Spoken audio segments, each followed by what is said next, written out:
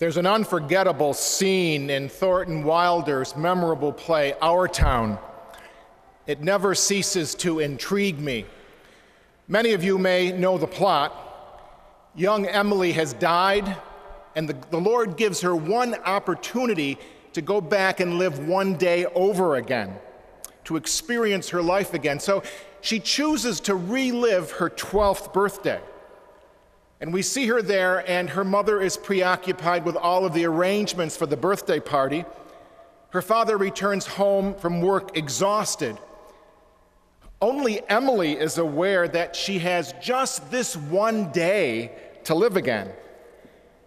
So she pleads with her mother. She says, "Just look at me once, as though you really saw me." But her mother pays no attention to her. You see, Emily can only relive the day.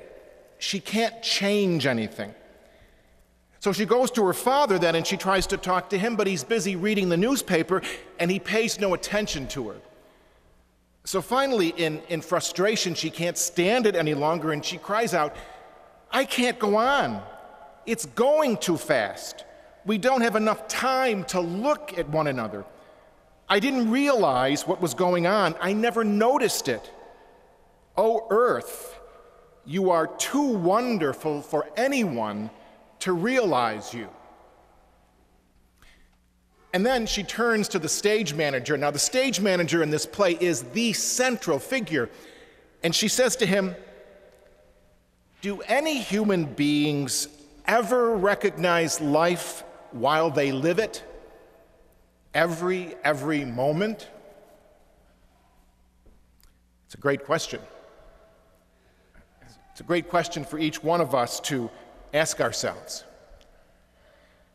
And this weekend, as we hear that gospel, and perhaps we need to hear our God saying to us, "What do you want me to do for you?"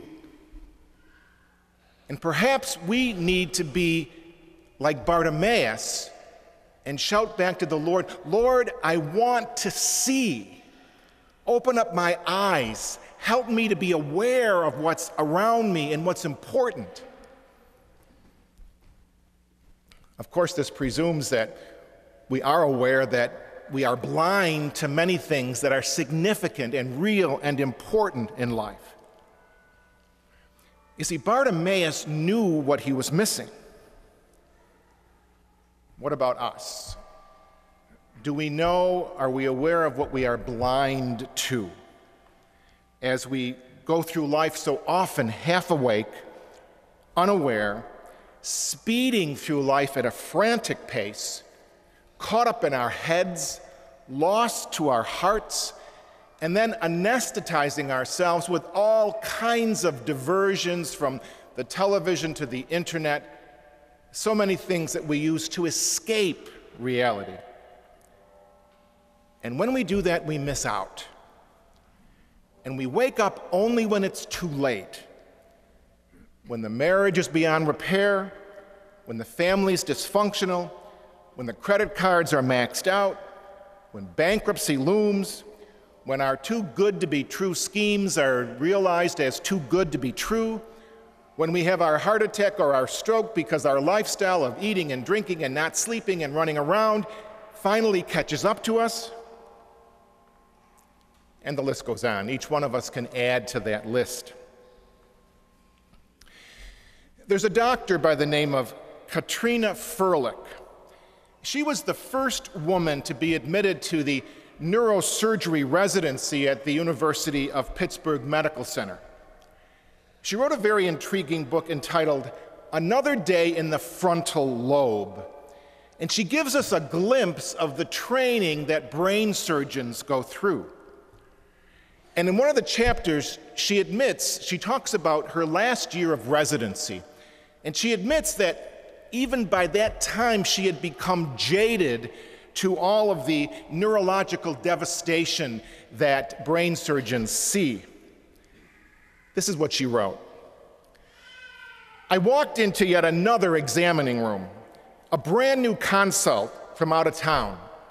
18 years old, cerebral palsy, spasticity. Okay. I've seen this before. I just need to get a good history before my attending walks in. Efficiency is key. I looked at the patient for a second. Very skinny, special wheelchair, arms contracted, head support in place, mouth hung open. It was clear I wasn't going to get the story from him. So I turned to the parents, my back toward the patient, and I started to take down the history. When my mentor walked in, I cringed. He sat down on the examining table, the only seat left in a very cramped room.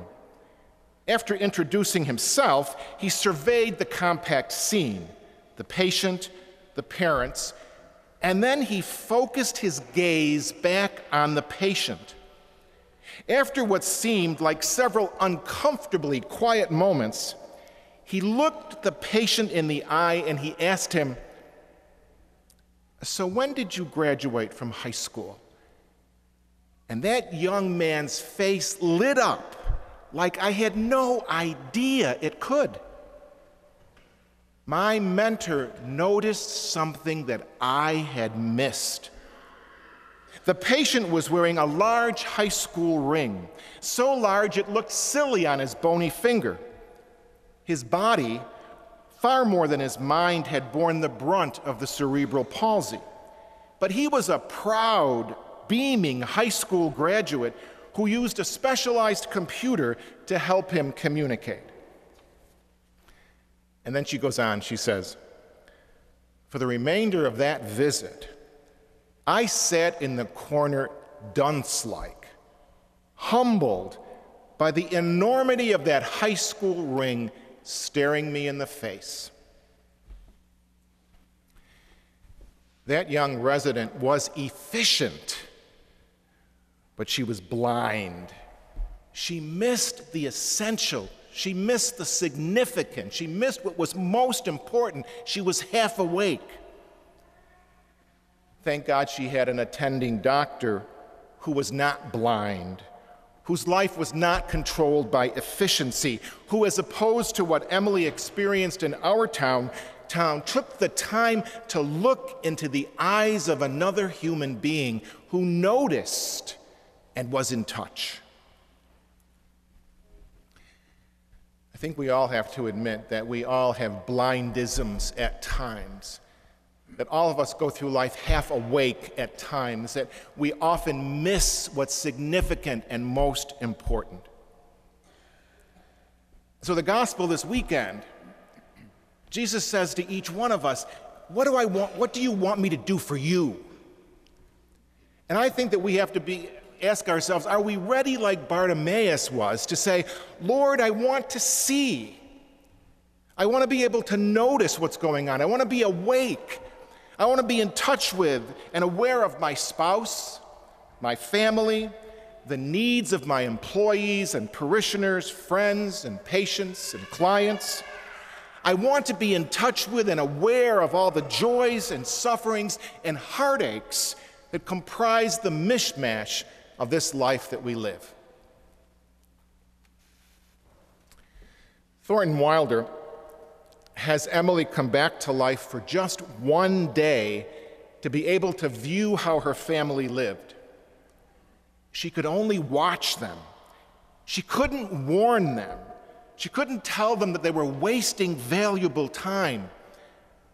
She could only ask that most important question: do any human beings ever recognize life while they live it?